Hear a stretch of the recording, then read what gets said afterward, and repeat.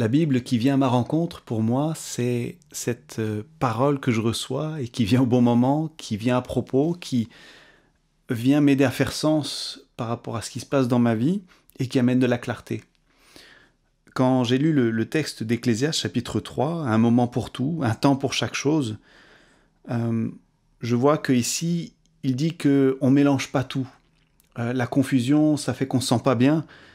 Ici, il dit, voilà, on fait des distinctions entre les choses. Et ça m'a fait penser finalement au récit de la Genèse où Dieu fait la même chose. Il envoie une parole qui fait des distinctions.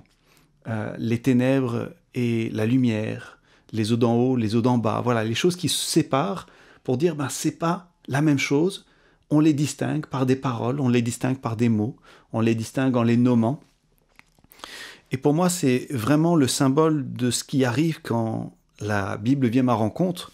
Au début, on est dans cette confusion originelle, ou simplement le bazar qu'il y a souvent dans ma vie. Et puis vient une parole qui va commencer à faire de l'ordre, qui va commencer à faire des distinctions. Alors au début, on est dans quelque chose de mineur, un peu triste, mais c'est le travail de distinction et de création que cette parole est en train de faire. Et puis, petit à petit, on va aller vers quelque chose de plus léger.